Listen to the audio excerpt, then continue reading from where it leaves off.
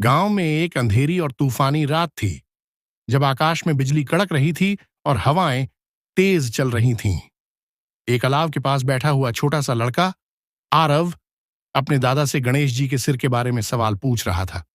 उसने पूछा, दादा, गणेश जी के सिर में हाथी का सिर क्यों है? यह बहुत अजीब लगता है। क्या इसका कोई गहरा कारण है? दादा मुस्कुराते हुए कहने लगे, तुम सही कह रहे हो आरव। गणेश जी का सिर एक रहस्य है, जिसे जानने के लिए तुम्हें एक अद्भुत कहानी सुनानी पड़ेगी। फिर दादा ने एक पुरानी कहानी शुरू की। उन्होंने बताया, बहुत समय पहले स्वर्गलोक में देवी पार्वती ने मिट्टी से एक बच्चा बनाया था और उसे जीवन दिया। लेकिन इस बच्चे का चेहरा कुछ खास था, ऐसा अद्भुत कि किसी ने कभी नहीं देखा था। जब भगवान शिव स्वर्ग लौटे तो उस बच्चे ने उन्हें दरवाजे पर रोका और शिव ने उसे पहचान नहीं पाया। गुस्से में आकर उन्होंने उस बच्चे का सिर काट दिया।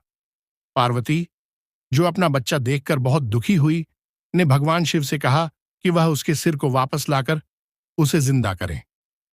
भगवान शिव ने एक पुरानी सलाह मानी और उन्होंने सबसे पहले जो जीव देखा, उसकी सिर को लाकर अपने बेटे को जीवित किया।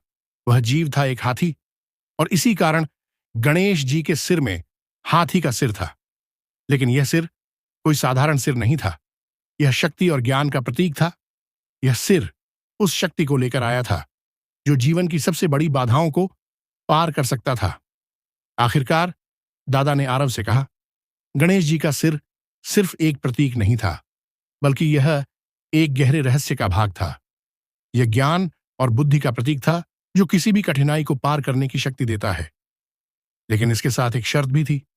केवल वही इस ज्ञान को समझ सकता था जो अपनी आत्मा को शुद्ध और निराहंकारी बना चुका हो।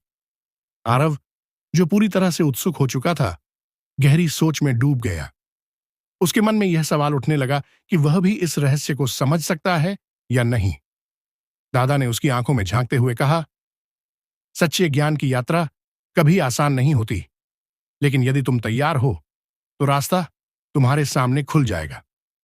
अचानक जैसे ही तूफान शांत हुआ और चांद की रोशनी गांव पर पड़ी, आरव ने दिल में संकल्प लिया। वह इस रहस्य को जानने के लिए तैयार था, क्योंकि उसने समझ लिया था कि ज्ञान और शक्ति को प्राप्त करने के लिए केवल सवाल पूछना नहीं, बल्कि जवाबों की तलाश में आगे बढ़ना जरूरी है।